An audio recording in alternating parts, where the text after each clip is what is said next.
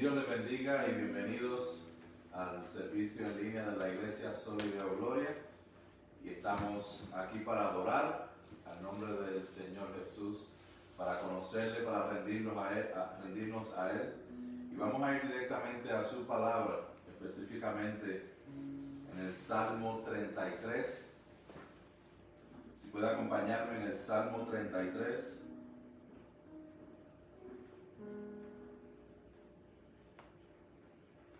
Voy a estar leyendo los primeros versículos que dicen de la siguiente forma: Alegraos, oh justos, en Jehová, en los íntegros es hermosa la alabanza. Aclamad a Jehová con arpa, cantadle con salterio y decacordio, cantadle cántico nuevo, hacedlo bien, tañendo con júbilo, porque recta es la palabra de Jehová, y toda su obra es hecha con fidelidad. Él ama justicia y juicio. De la misericordia de Jehová está llena la tierra. Por la palabra de Jehová fueron hechos los cielos, y todo el ejército de ellos por el aliento de su boca. Él junta como montón las aguas del mar. Él pone en depósitos los abismos. Tema a Jehová toda la tierra. Teman delante de él todos los habitantes del mundo. Porque él dijo y fue hecho. Él mandó y existió. Jehová hace nulo el consejo de las naciones y frustra las maquinaciones de los pueblos. El consejo de Jehová permanecerá para siempre, los pensamientos de su corazón por todas las generaciones. Oramos. Padre Celestial, te damos gracias por este día, gracias por tu bondad, tu misericordia y la bendición de poder venir a ti, poder hablarte, poder rendirnos a tus pies, Señor, reconocer que tú eres Dios por encima de todas las cosas, Señor, y te pedimos en esta mañana que tu nombre sea exaltado en nuestra vida, que tu nombre sea santificado, Señor, que tu reino sea expandido por medio de este mensaje, de este servicio y por medio de cada uno de nuestras vidas, Señor. Te pido que nos des fortaleza, nos dirijas, que tu nombre sea exaltado, Padre, que todo sea para tu gloria, en el nombre poderoso de Jesús. Amén. Amén. Adoremos al Señor en esta mañana. Amén. Vamos a cantar esa canción, Estoy Bien. No importa lo que estemos pasando, si estamos pasando por tribulación, por dificultad, y tenemos al Señor, estamos bien, no importa lo que esté sucediendo en nuestra vida. Así que cantemos este himno y meditemos en la palabra que dice el himno.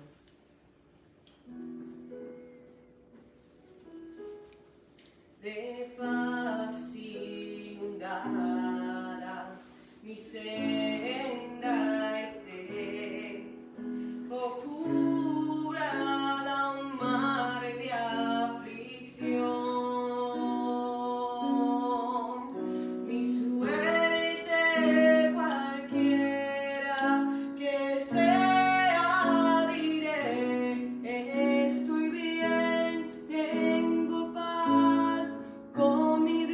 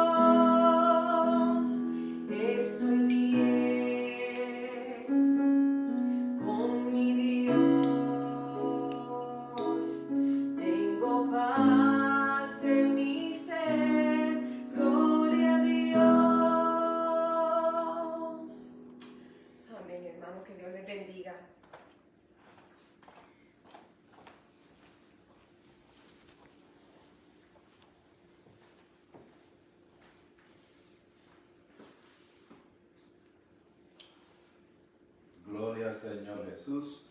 Dios les bendiga una vez más. Les pido si pueden dejarnos saber si se está escuchando bien. Estoy tratando un nuevo micrófono, o si se escucha bien o si hay problemas, por favor déjenoslo saber para que podamos arreglarlo. Y ahora sí, vamos a la palabra de Dios, al libro de Santiago. Hoy continuamos en el libro de Santiago. Hoy es la tercera parte y con el favor de Dios vamos a cubrir los versos 9 al 18. El primer capítulo de Santiago o Jacobo, como habíamos mencionado, versos 9 al 18, y en las últimas 2 semanas presentamos primero la introducción del libro de Santiago y hablamos de que Santiago, el nombre real es Jacobo, pero a consecuencia del tiempo transicionó en las diferentes traducciones como Santiago, Santi Jacob, San Jacobo.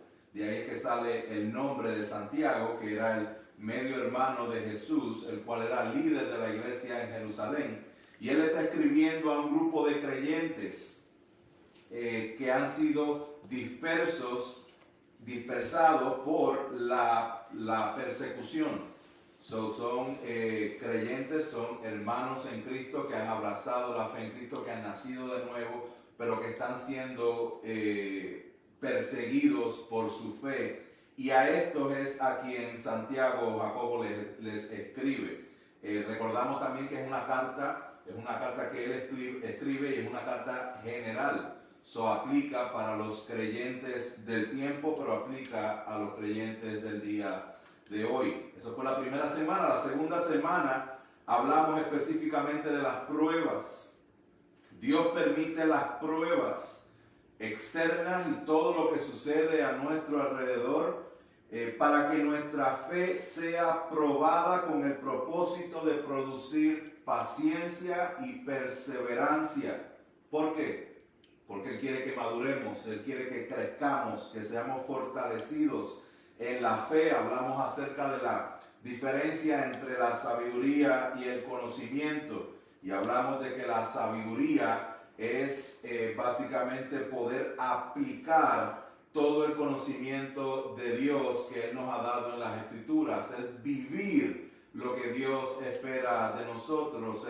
La sabiduría se obtiene por medio del discernimiento, el conocimiento se obtiene por medio del estudio.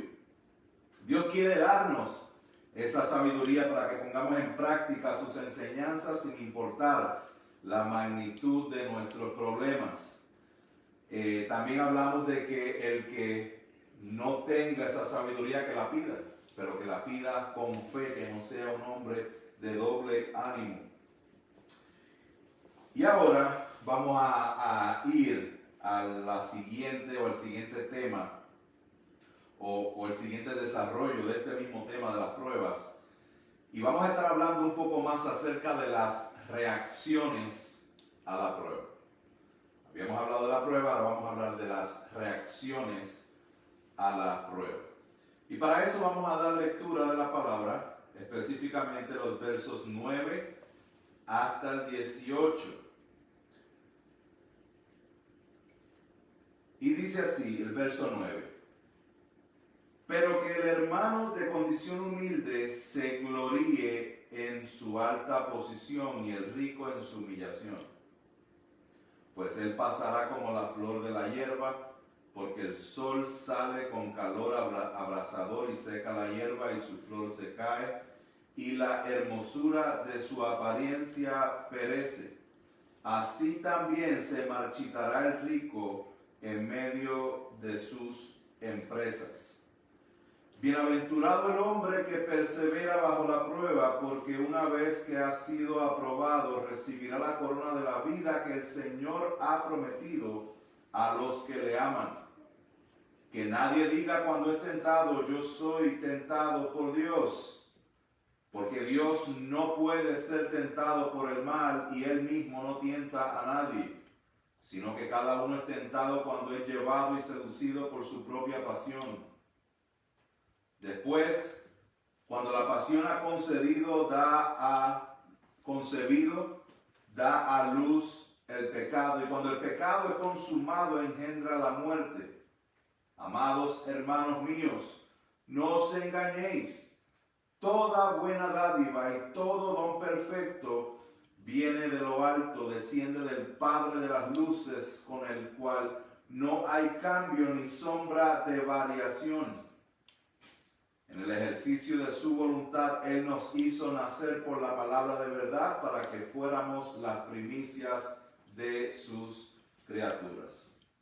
Damos gracias y gloria a Dios por su palabra. Reacciones a la prueba. Si usted se fija, estuvimos hablando de la prueba que Santiago Jacobo nos manda que estemos gozosos en medio de la prueba, porque la prueba produce paciencia, la paciencia produce la obra perfecta de Dios en nosotros, y si no estamos gozosos, pues es que estamos faltos de sabiduría. Si no tenemos sabiduría, pidamos con fe, no dudando. Y de momento el verso 9 como que brinca a otro tema. Y dice, pero que el hermano de condición humilde se gloría en su alta posición. Aquí presenta al hermano pobre o de condición humilde y lo contrasta con el rico. Parece que es un cambio de tema, pero está todo alineado a lo mismo. En el libro de Santiago vamos a ver que él no va a presentar los temas de manera lineal, de una forma de punto A a punto B, sino que va a estar brincando de diferentes temas y va a estar luego en los capítulos siguientes, va a estar regresando a algunos temas que él ya tocó. Y aquí está hablando específicamente de lo transitorio, de lo que son las riquezas. Cuando dice el hermano de condición humilde, se está refiriendo específicamente al hermano que tiene pocos recursos, una persona de pocos recursos o pobre o que no tiene mucho dinero, que no tiene muchos recursos o acceso a diferentes cosas. Y lo contrasta con el rico. Dice aquí que el humilde, el de condición humilde o el pobre se va a gloriar en su alta posición. Aunque no tiene mucho, la posición que tiene una persona de bajos recursos cuando es creyente. No estamos hablando de alguien que no tiene recursos y no es creyente. Estamos hablando de creyentes. Acuérdense que esta carta fue escrita por Santiago a los creyentes que estaban en la dispersión. Solo está hablando aquí a personas creyentes que son de bajos recursos. Pero también está presentando a aquellos que son de altos recursos o de muchos recursos o ricos. Es bien importante que entendamos esto. En cierta forma Santiago está presentando de que cuando la prueba llega, no importa si eres pobre o si eres rico, la clave siempre es nosotros depender y confiar en el Señor. Ahora, obviamente contrasta esto. Hay personas que no, teólogos que no están de acuerdo con lo que se refiere aquí, porque dicen que el pobre se está refiriendo al creyente y el rico se está refiriendo a alguien opresor que está oprimiendo al rico, pero no es necesariamente lo que Santiago está exponiendo, sino que él está hablando de tanto un creyente pobre como de un creyente rico. El verso 9 habla de este hermano de condición humilde y el verso 10 y 11 del rico. Ahora miren esto. Lucas 14:11 dice, porque todo el que se ensalce será humillado y el que se humille será ensalzado. Santiago también hace una referencia a Mateo cuando habla de que los pobres, bienaventurados son los pobres en espíritu, pues de ellos es el reino de los cielos. Este es el contraste que nosotros encontramos con referente a lo que es el rico y el pobre. ¿Qué es lo que nosotros vemos en la realidad? Nosotros vemos que la persona de bajos recursos tiende, no siempre, pero tiende a depender más del Señor. Tiende a reconocer que no tiene recursos y que depende de esa provisión de parte de Dios. ¿Qué también vemos? Vemos que la persona de muchos recursos, no siempre, pero tiende a depender y a confiar más en sus propios recursos que en Dios mismo. A esto es que se refiere el Señor cuando habla y dice que difícilmente una persona rica entrará en el reino de los cielos. No es que los ricos todos van a ir al infierno, no es que se está refiriendo a eso, se refiere a que la tendencia de nuestro pecado hace que cuando nosotros estemos en comodidad o en abundancia, quitemos los ojos del Señor. Y eso no solamente lo experimentan personas ricas, lo experimentas tú y lo experimento yo. Cuando las cosas están bien, cuando tenemos todo, entre comillas, bajo control, tenemos la tendencia de relajarnos, de echarnos hacia atrás, de descuidarnos espiritualmente, y ahí es cuando vienen las caídas. Aquí está hablando Santiago tanto al rico como al pobre, a que en medio de las pruebas confiamos en el Señor. Y recuerda al rico lo transitorio y lo pasajero de sus riquezas. Miren lo que dice el verso específicamente, porque él pasará como la flor de la hierba, porque el sol sale con calor abrasador y seca la hierba, y su flor se cae, y la hermosura de su apariencia perece. Así también se marchitará el rico en medio de sus empresas. Esto es algo parecido a lo que dice Proverbios 29-23. Dice, el orgullo del hombre lo humillará, pero el de espíritu humilde obtendrá honores.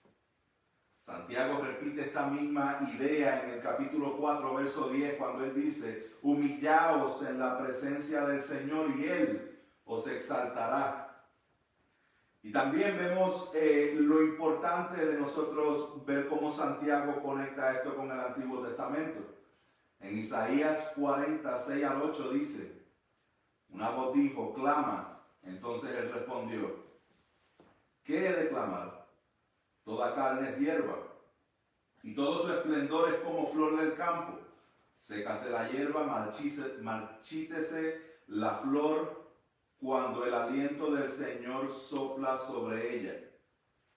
En verdad el pueblo es hierba, sécase la hierba, marchítase la flor, mas la palabra de Dios nuestro permanece para siempre. Aquí es que está el detalle. Nosotros estamos llamados a poner toda nuestra confianza en el Señor, no en nuestras riquezas. Podemos ser las personas más ricas del mundo y en medio de una enfermedad, de nada sirven las riquezas. Todo es pasajero. Y eso es lo que Santiago está recordando aquí, de que nosotros debemos poner toda nuestra confianza en el Señor. Continuamos en el verso 12, y este es un verso bien interesante, bien reconocido también. Vamos a adentrarnos ahí. Dice, bienaventurado el hombre que persevera bajo la prueba.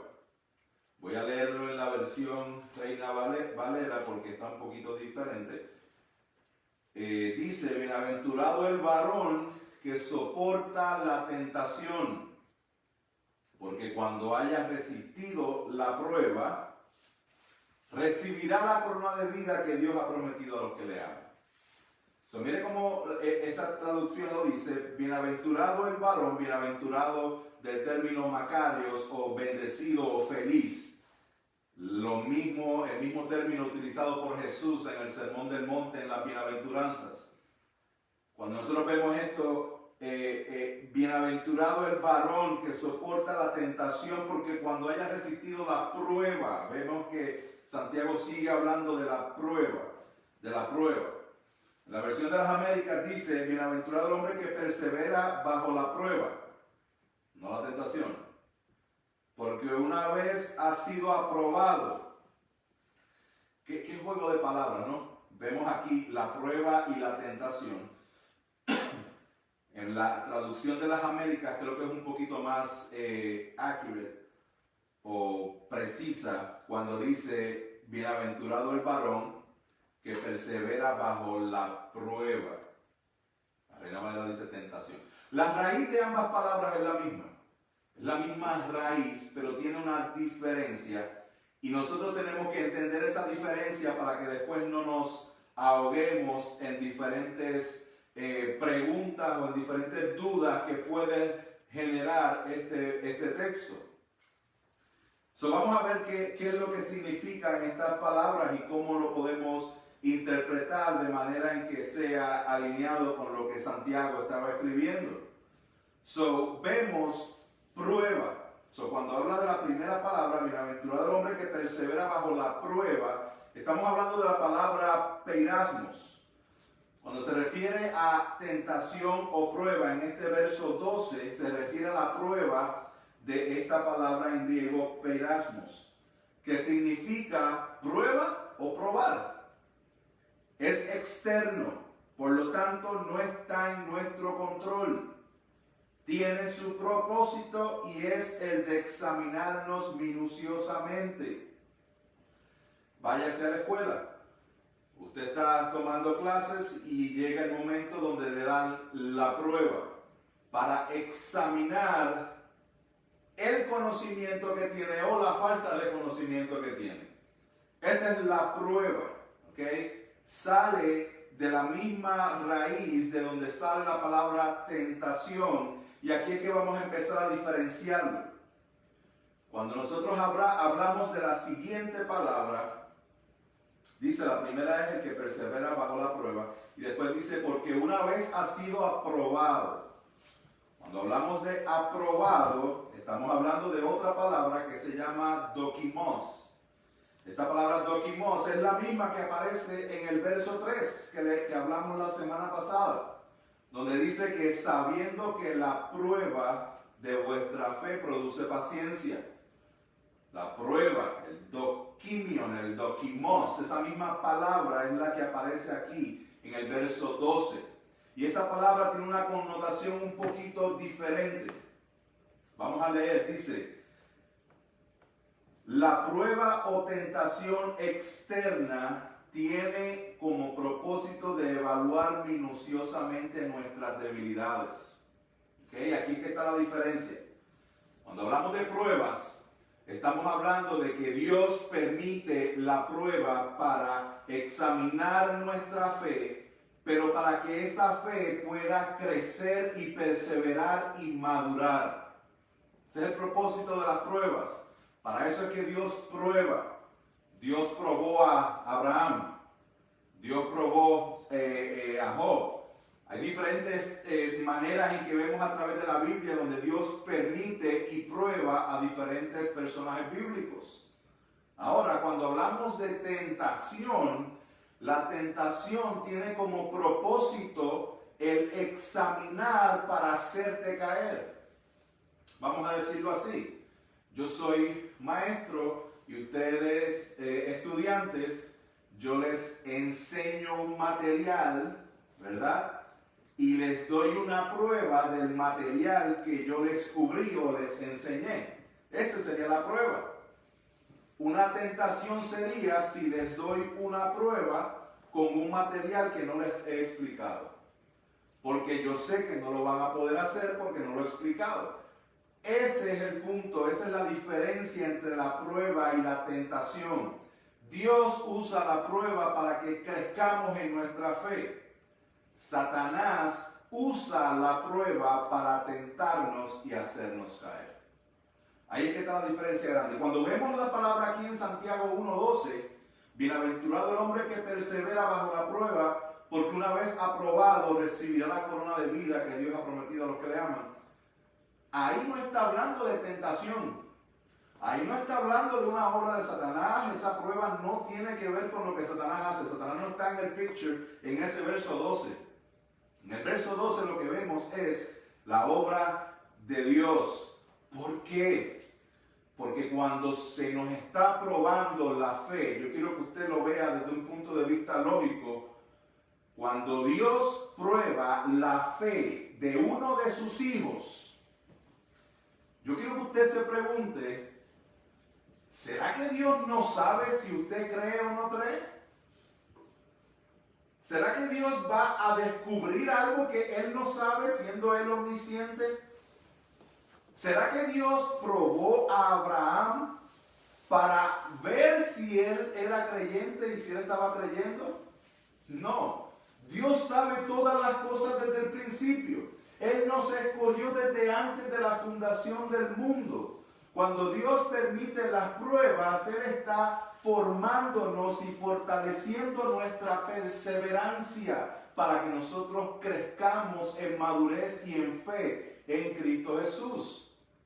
Él no se está sorprendiendo, tampoco va a decir, ay, yo pensé que esta persona creía, pero no cree. No, hermano, cuando somos creyentes y tenemos nuestra mirada puesta en el Señor y hemos creído, hemos nacido de nuevo, tenemos estos deseos de buscar del Señor y nos arrepentimos de nuestros pecados, Dios permite las pruebas para fortalecer nuestra fe, no para agarrarnos en que, no estás creyendo, no crees, no eres creyente. No, Dios quiere fortalecer nuestra fe. Y es importante que veamos todas nuestras condiciones, todas nuestras situaciones y todos los problemas que estamos pasando ahora mismo. Porque a veces no queremos esos problemas en nuestra vida. No los queremos. Queremos que Dios los solucione, que Dios los quite, que Dios no permita que esas cosas nos pasen. Pero es que es eso mismo lo que Dios está permitiendo. No para hacerte caer, sino para fortalecerte, para que entiendas que estamos viviendo un tiempo que es pasajero, como la flor que se va a marchitar, es algo pasajero. Pero la vida eterna es para siempre. Y Él nos está preparando para eso. Sobre este verso, el 1:12, bienaventurado el varón que soporta la tentación, la prueba, porque cuando haya resistido la prueba, recibirá la corona de vida que Dios ha prometido a los que le aman. Este verso no se trata de un evento. Este verso no se trata de un momento en que estoy recibiendo una prueba. Acuérdense, en el verso 2 dice, estén por sumo gozo, tengan por sumo gozo cuando os halléis en diversas pruebas, muchas pruebas. ¿Qué significa esto? Que este verso nos está hablando de lo que es nuestro estilo de vida, nuestra vida diaria, la vida diaria de un creyente. Va a enfrentar pruebas constantes en la cual Dios va a usar todas y cada una de esas pruebas para fortalecernos. Eso son buenas noticias. Eso son buenas noticias de que Dios permite todas las cosas y que todas las cosas van a obrar para bien. ¿A quién? A los que aman a Dios. A los que aman a Dios. Esto es lo que dice el verso 12. Lo leo una vez más. Bienaventurado el hombre que persevera bajo la prueba, porque cuando haya sido aprobado recibirá la corona de vida que Dios ha prometido. ¿A quién?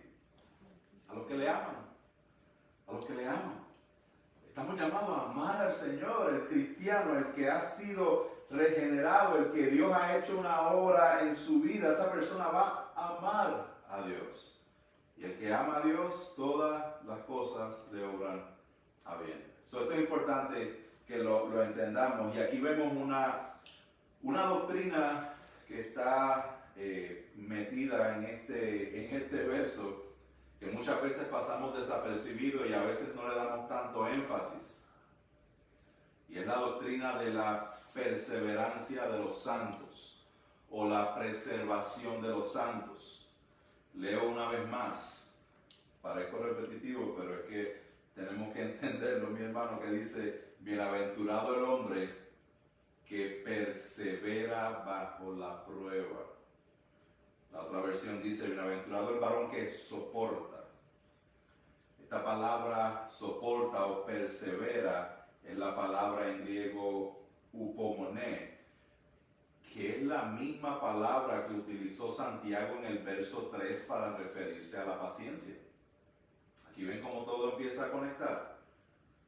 Vemos que Santiago en el verso 3 dice, sabiendo que la prueba de vuestra fe produce paciencia o perseverancia o la capacidad de soportar y permanecer firmes. Por eso es que tenemos que tener claro lo que el Señor nos está llamando a hacer. Él nos llama a perseverar, pero la única forma en que podemos perseverar tú y yo es cuando Él nos está preservando. Es Él el que permite las pruebas. Es Él el que nos está guardando. Es Él el que nos da la fuerza. Él dice, pidan la sabiduría que yo se las voy a dar abundantemente. Dios nos da la fuerza, Dios nos da la sabiduría, Dios nos da a Jesucristo, Dios nos da el Espíritu Santo que habita en nosotros, Dios nos sostiene, Dios nos guarda. Por alguna razón, bueno, la razón de nuestro pecado, pensamos que la perseverancia depende de nosotros.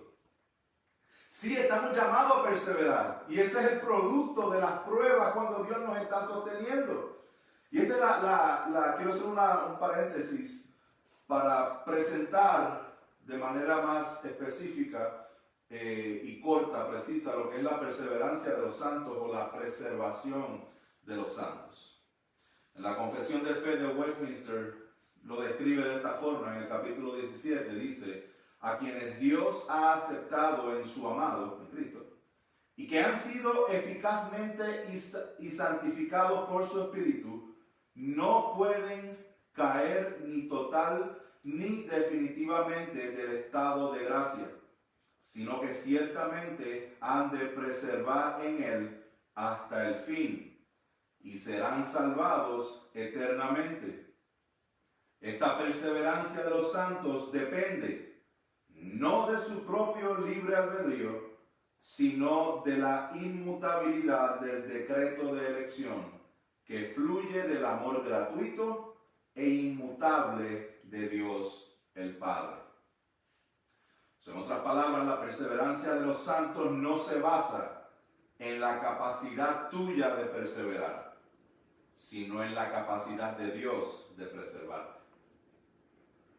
Esto es lo que dice Pablo a los Filipenses capítulo 1, verso 6. Estando persuadido de esto, que el que comenzó en vosotros la buena obra la perfeccionará.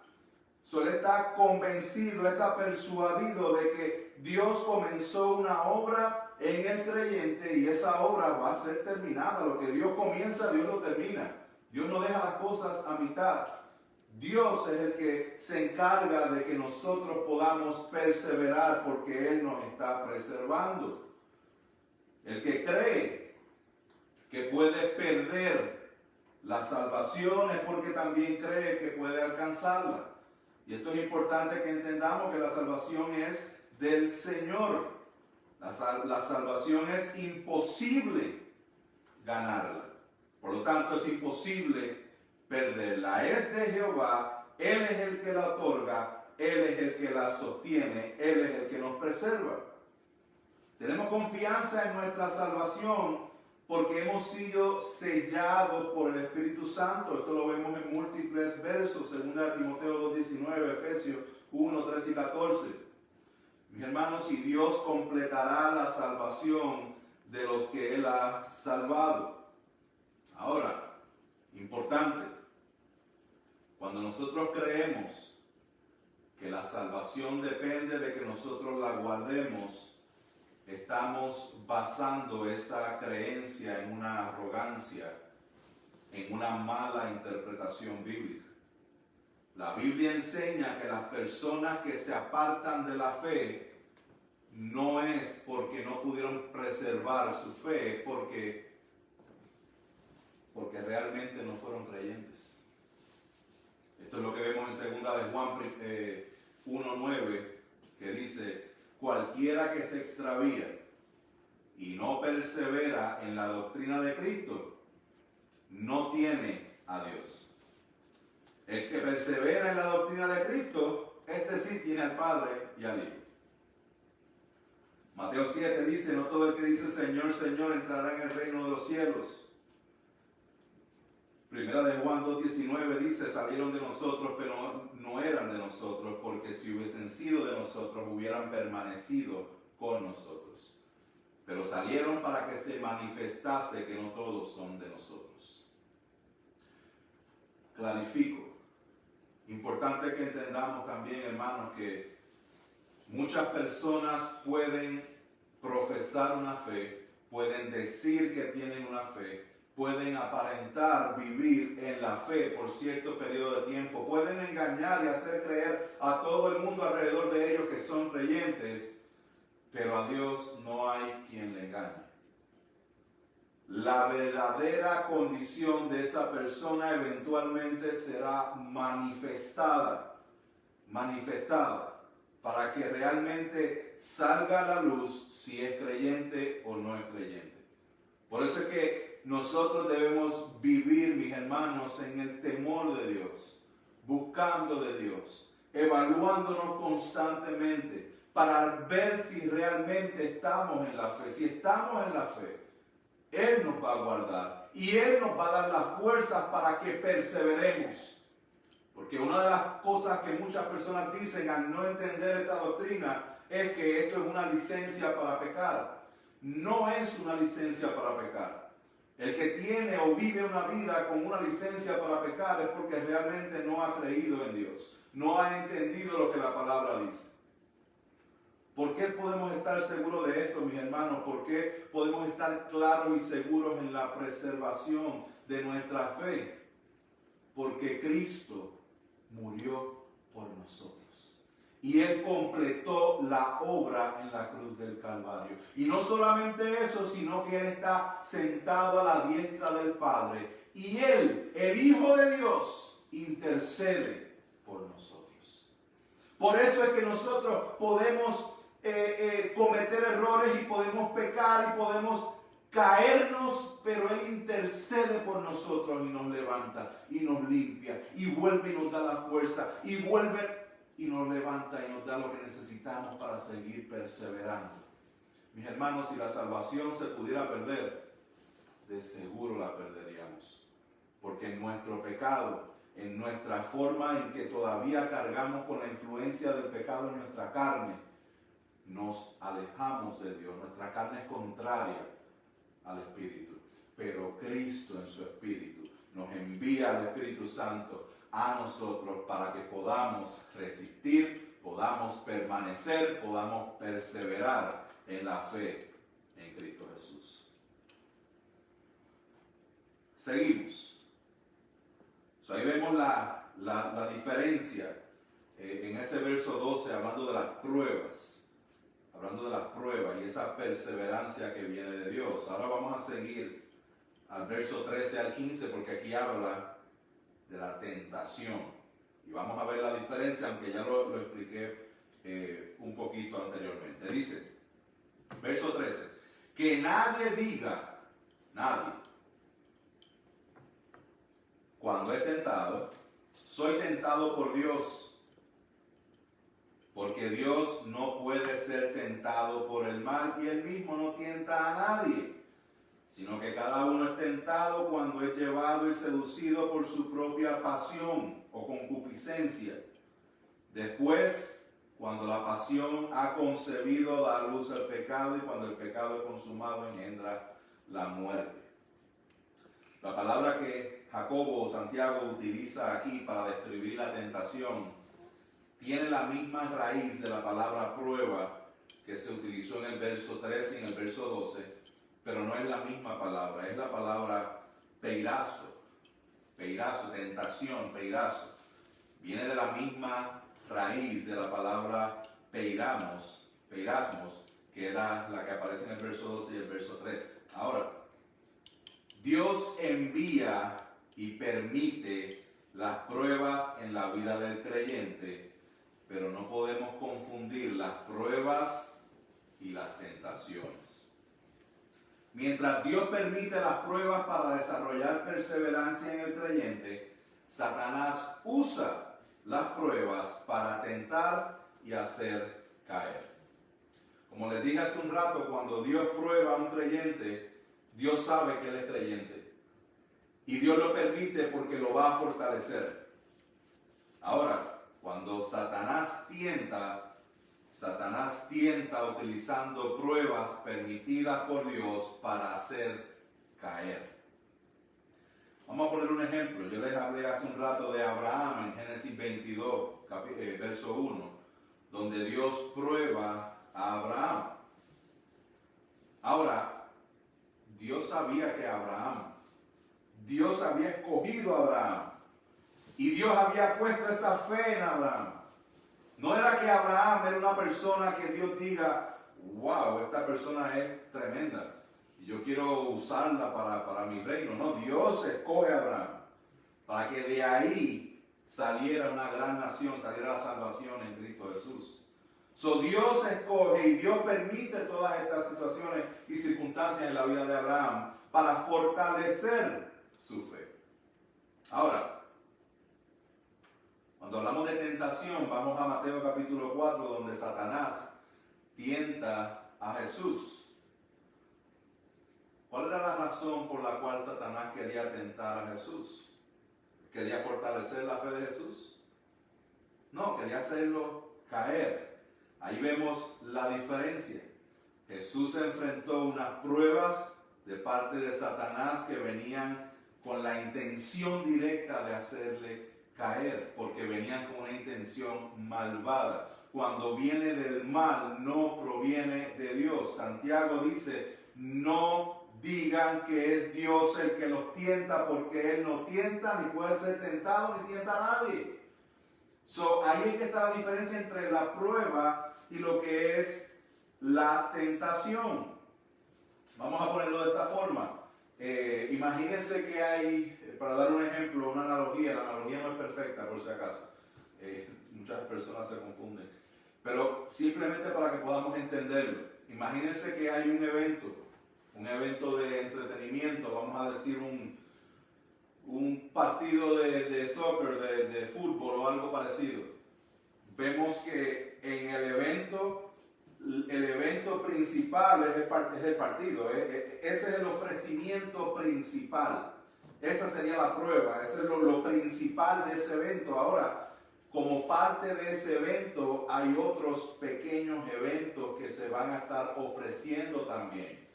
Va a haber un espectáculo de medio tiempo. Va a haber personas afuera tocando música, entreteniendo. Si usted paga una taquilla para entrar a ese evento y usted paga muchos dólares, pero simplemente se queda afuera escuchando a los músicos, pues entonces usted perdió el tiempo. Son cosas diferentes. Eso es lo que hace Satanás, que tiene cosas diferentes. Él usa el evento grande para entonces ofrecer una vía para caer a las personas. Ese es su propósito. Que pierdan de vista lo esencial para que se enfoquen en algo que los va a hacer caer. Les dije, la analogía no es para nada perfecta. Lo que quiero es que tengan una idea de que están bien similares, van a estar en el mismo sitio, la prueba y la tentación. Dios permite la prueba y en la prueba vamos a ser tentados. ¿Ok? So van a estar bien metidos el uno con el otro, pero no podemos confundirlo, porque entonces vamos a estar culpando a Dios y no reconociendo de dónde realmente viene la tentación. Por eso es que Santiago dice que nadie diga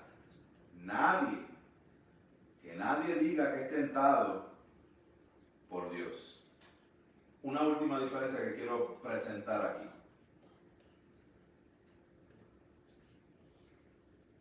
Las pruebas que nosotros vamos a estar presentando, que vamos a estar sobrellevando y que son permitidas por Dios, esas pruebas cabe la posibilidad de que sobrepasen tu capacidad de resistirlo.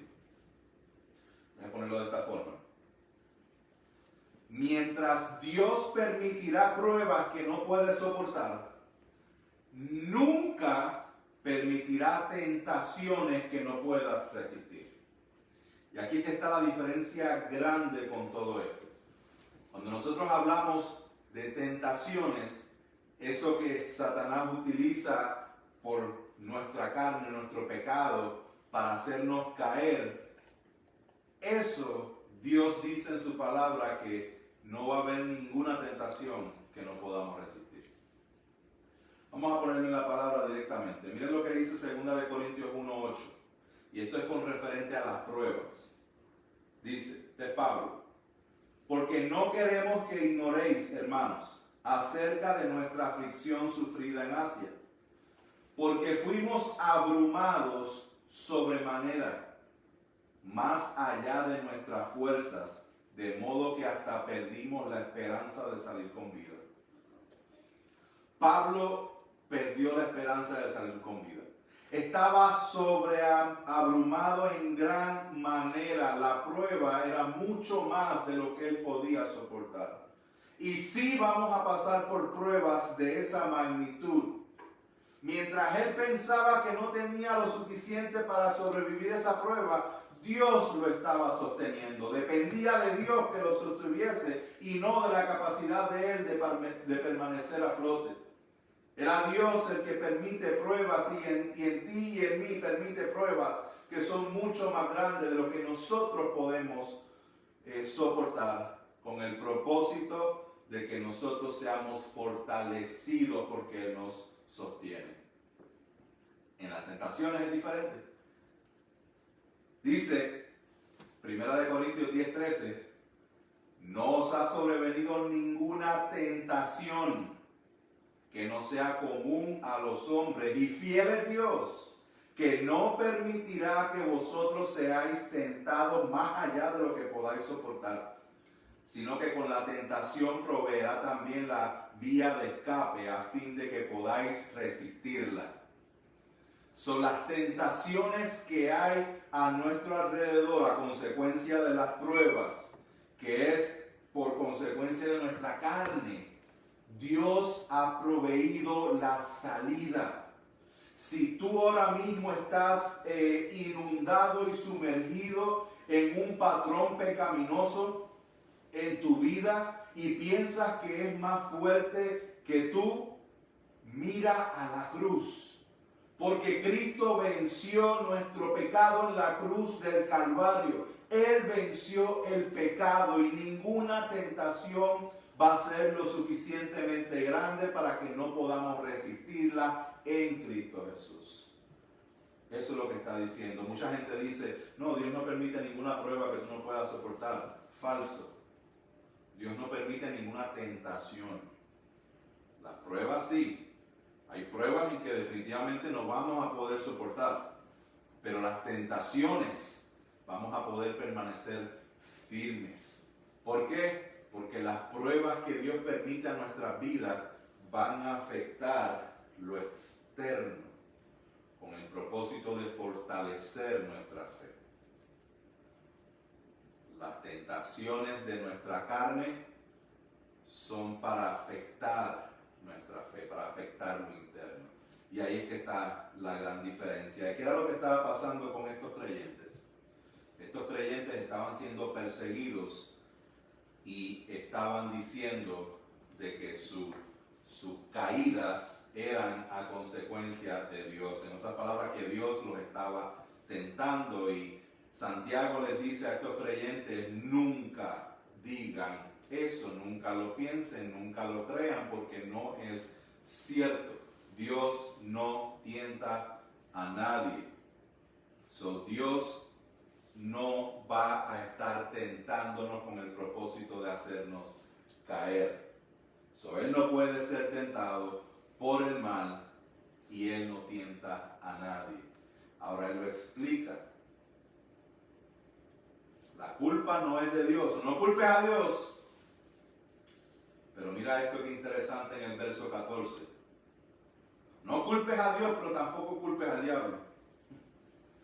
Verso 14 dice, sino que cada uno es tentado cuando es llevado y seducido por su propia pasión. Cada uno es tentado cuando es llevado y seducido por su propia pasión. Pero ¿significa eso que Satanás no tienta a nadie entonces? No, sí, Satanás tienta. Ahora, cuando nosotros caemos en esa tentación, nosotros no podemos echarle la culpa al diablo como hace mucha gente. No fue el diablo el que me hizo hacer esto. Fue el diablo el que me hizo hacer. No, somos responsables de nuestras acciones. Y aquí lo dice claramente, cada uno es tentado cuando es llevado y seducido por su propia pasión, por su propia concupiscencia. Les doy otro ejemplo para que lo vean un poco más claro. Vamos a decir que usted tiene una debilidad por el alcohol y hay otra persona que no tiene la debilidad por el alcohol, por decir una cosa solamente, puede ser cualquier tipo de debilidad. Vemos que hay alguien ofreciendo alcohol. ¿Quién va a ser la persona que va a ser seducido por ese ofrecimiento, por esa tentación? Obviamente la persona que tiene debilidad por el alcohol. La otra persona, pues ni le va ni le viene, va por el alcohol y no le hace ningún efecto. ¿Por qué? Porque la tentación, vamos a decir que Satanás es el que está ofreciendo ese alcohol. La culpa no es de Satanás si tú eres el que caes en esa actividad. ¿Quién es el que va a sucumbir ante esa tentación? Aquel que en su propia concupiscencia, en sus propios deseos, en su carne, es susceptible a ese tipo de tentación.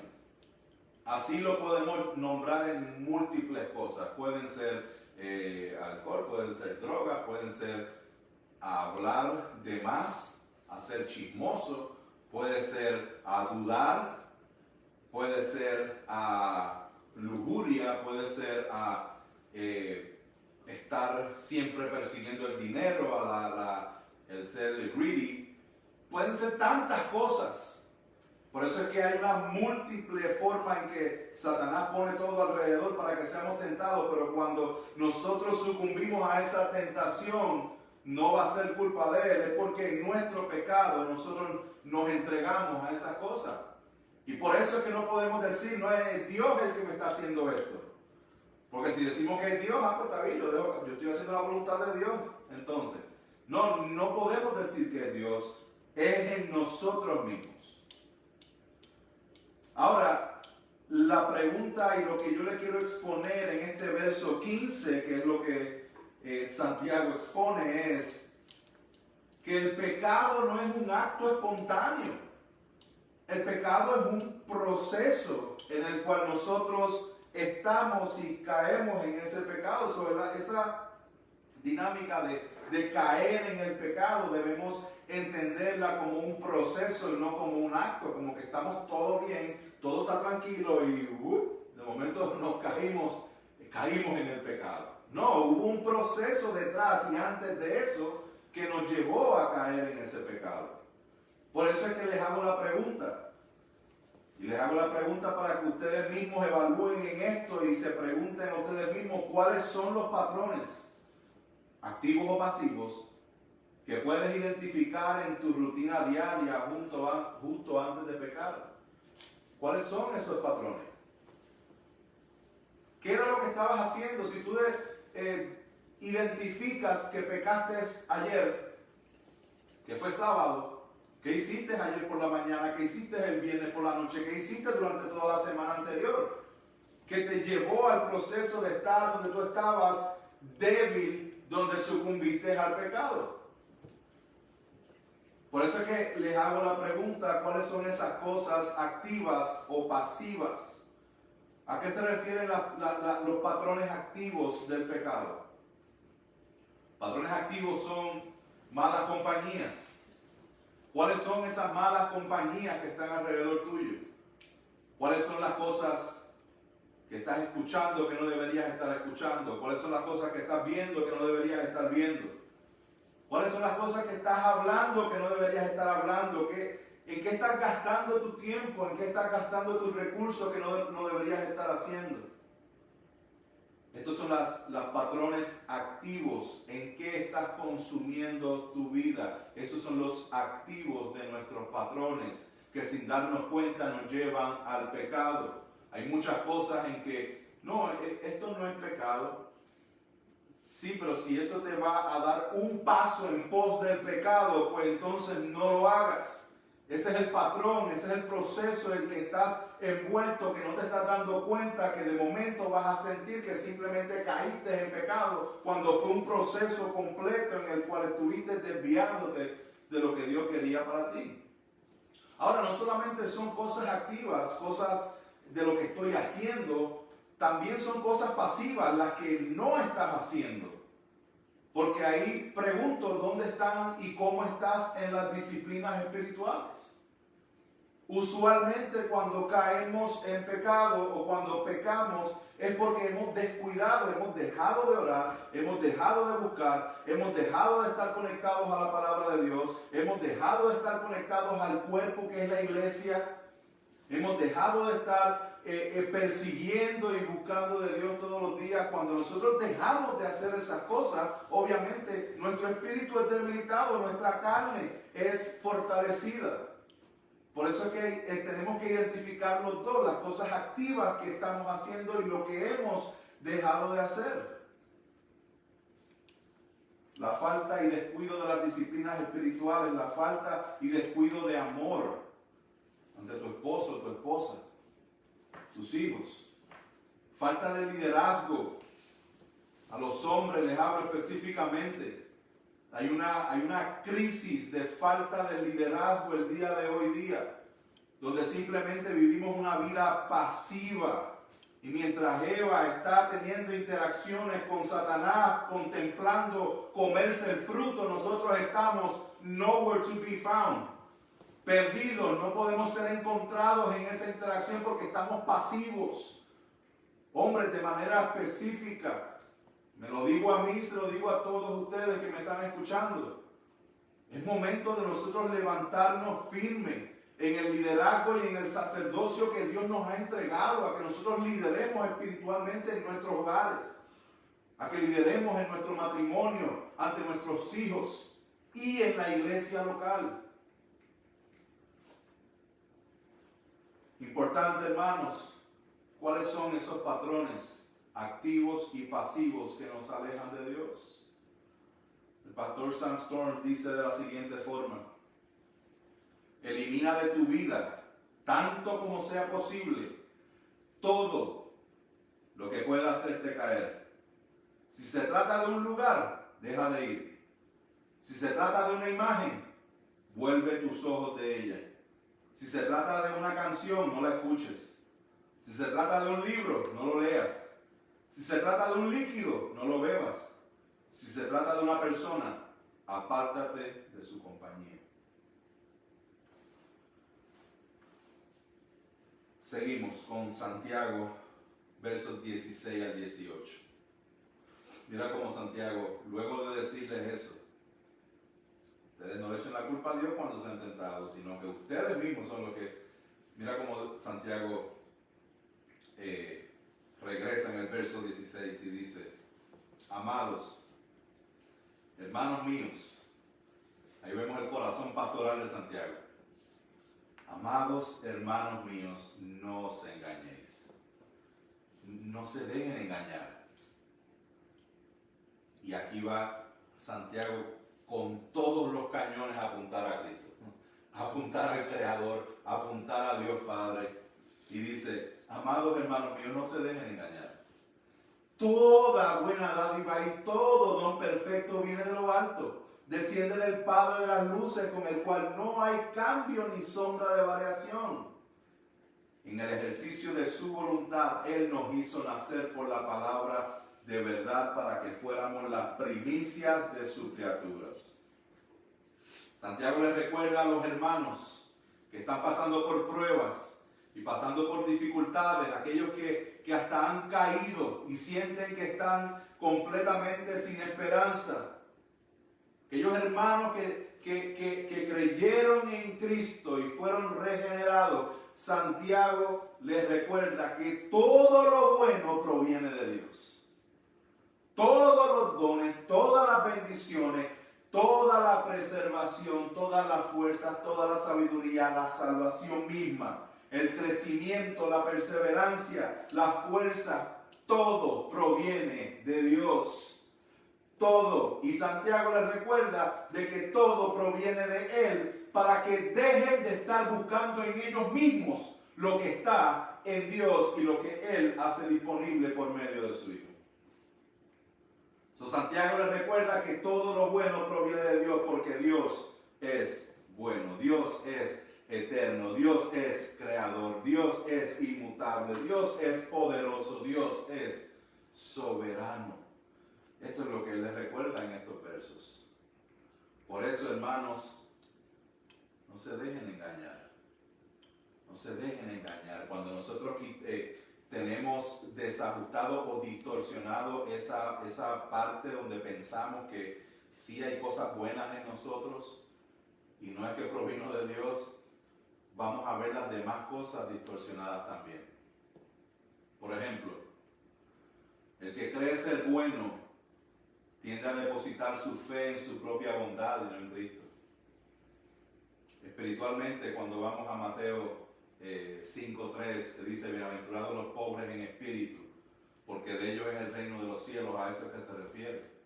Si nosotros no podemos ver nuestra propia bancarrota espiritual, tampoco vamos a ver la necesidad que tenemos de un Salvador. Si pensamos ser buenos, no vamos a creer en Cristo, vamos a creer en nosotros. Por lo tanto, no te dejes engañar. El que cree ser bueno distorsiona la magnitud de su pecado. En otras palabras, no cree ser tan pecador como realmente es. Así que, hermano mío, no te dejes engañar. El que cree ser bueno también distorsiona la magnitud de cuán santo es Dios. Porque entonces ya Dios no es tan santo porque tú no eres tan pecador. El que cree ser bueno distorsiona cuán grande y poderoso es Dios y se cree más grande y poderoso de lo que realmente es. El que cree ser bueno se adjudica a su cuenta lo que ha sido dado por Dios. El que cree ser bueno culpa a Dios de sus caídas. Yo creo que en cierta forma todos hemos pecado en esto, donde le echamos la culpa a Dios por nuestras caídas, donde le reclamamos a Dios por nuestro fracaso, donde nos quejamos ante Dios cuando nos llegan momentos de dificultad y solamente le buscamos cuando es para nuestra propia conveniencia y para nuestra propia gloria. Por eso es que es importante que no nos dejemos engañar. Nosotros no somos los autores de nuestra salvación. Yo no soy creyente porque creí. Yo soy creyente porque Él me salvó y me permitió que creyera. Dios nos hizo nacer por la palabra de verdad para que fuéramos las primicias de su criatura. Déjame leértelo una vez más en el verso 18. Escucha esto y con esto termino. En el ejercicio de su voluntad, la voluntad de Dios, no la tuya, no la de los creyentes, en el ejercicio de su voluntad, Él nos hizo nacer por la palabra de verdad. ¿Para qué? ¿Para qué Dios nos escogió? ¿Para qué Dios nos salvó? ¿Para qué? Para que fuéramos las primicias de sus criaturas. Explico. Las primicias, eso es una expresión del Antiguo Testamento que hace referencia a los primeros frutos de la cosecha. Esto lo vemos en Éxodo 23:19. Estos frutos, primeros frutos de la cosecha, la expectativa de Dios era que se le diera a Dios en ofrenda. Dar a Dios esos primeros frutos era un acto de fe, de que Dios cumplirá su promesa de la cosecha que está por venir. De la misma forma, el cristiano es la primera evidencia de la nueva creación de Dios, que ha de venir y disfruta en el presente una nueva vida como preámbulo a la vida eterna y a la gloria futura. Cuando Dios nos salva y nos salva por su voluntad para que seamos primicias, es para que nuestra vida sea entregada en ofrenda a Él que merece toda gloria y toda alabanza. Y la expectativa de Dios es que nos entreguemos por completo, porque lo que viene, esto es simplemente una primera evidencia de lo grande y lo poderoso y lo hermoso de la gloria futura que vamos a tener con Cristo. Si nuestra esperanza es la mejor vida aquí ahora, estamos en problemas.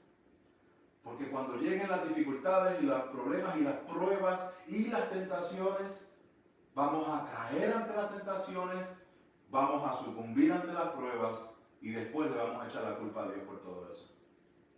No, estamos llamados a ser primicias. Nos llamó para que seamos las primicias, entregarnos a Él por completo. De eso es que se trata. ¿Cómo terminamos con este mensaje? Al igual que aquellos cristianos que recibieron esta carta originalmente, muchos de nosotros estamos sucumbiendo, cayendo o enfrentando grandes pruebas y grandes dificultades. Por eso, como Santiago le dice a los creyentes que estaban dispersos en ese tiempo, esta palabra de Dios para nosotros es para que resistamos, para que permanezcamos firmes en la fe, para que no corramos, no huyamos de lo que Dios está presentando de frente. Confiemos en Él y descansemos en el Dios poderoso. Yo no puedo asegurarte que vas a estar cómodo. Tampoco puedo asegurarte de que los problemas que tienes se van a solucionar de manera satisfactoria o como tú quieres que se solucionen. Lo que sí te puedo prometer, porque es lo que Dios promete en su Escritura, es que en medio de toda prueba Él nos sostendrá y que Él caminará con nosotros todos los días. Y en medio de nuestras pruebas que fueron permitidas por Dios, Dios va a hacer que nuestra paciencia y perseverancia se fortalezca para que crezcamos en la fe en Cristo. No nos dejemos engañar, creyendo que somos más de la cuenta, haciendo a Dios menos de lo que Él es. Rindámonos al Señor. No tentemos a Dios. Completamente descansemos en las promesas que Él nos ha dado. Huyamos de la tentación. Tengamos cuidado de nosotros mismos y hermanos y hermanas. Arrepintámonos de nuestros pecados y vengamos a Él en fe. Padre Celestial, te doy las gracias, te doy la gloria.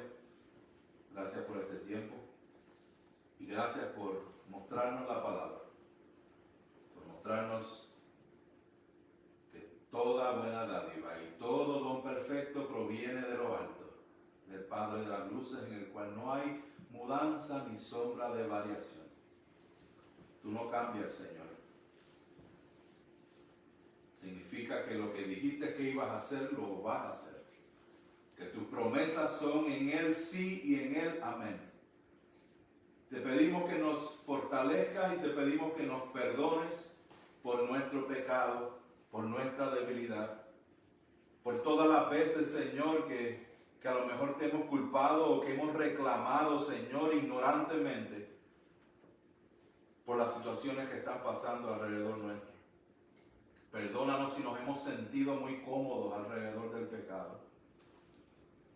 Perdónanos, Señor, si hemos estado hasta persiguiendo las cosas, Señor, que nos llevan a caernos y a estar en contra de lo que tú quieres para nosotros. Te pido que nos fortalezcas, que tú nos des las fuerzas cada día, Señor, para que nuestros ojos estén puestos en ti. Ayúdanos a descansar y ayúdanos, Señor, a entender que junto con la prueba de la tentación, tú has provisto la salida para que podamos resistir. Y aún en las pruebas que no podamos resistir, tú nos vas a estar sosteniendo. Y tú vas a cumplir el propósito por el cual fuimos llamados. Te pido que bendigas, Señor, a la congregación y todo aquel que escuche este mensaje. Permita, Señor, que podamos venir a ti en arrepentimiento y fe, reconociendo de que tú eres nuestro Salvador, que tú enviaste a tu Hijo a vivir la vida que no podíamos vivir de manera perfecta, que te ofreciste como sacrificio vivo, moriste en la cruz, Señor, cargando nuestro pecado, recibiste nuestro castigo, pero resucitaste y venciste la muerte y el pecado y nos invitas a que creamos en ti para tener vida eterna. Guíanos, Señor, cada día. Te damos la gloria en el nombre de Jesús. Amén. Amén. Amén, amén. Dios les bendiga, hermanos. Dios les guarde. Les pido una vez más que se sumerjan en este libro de Santiago. No es solamente lo que escuchamos el día de hoy, es que lo pongamos en práctica. Vamos a seguir, les exhorto a que lo lea detalladamente una vez más, este capítulo 1. Si Dios permite, la semana que viene terminamos el capítulo 1 para luego continuar con el próximo.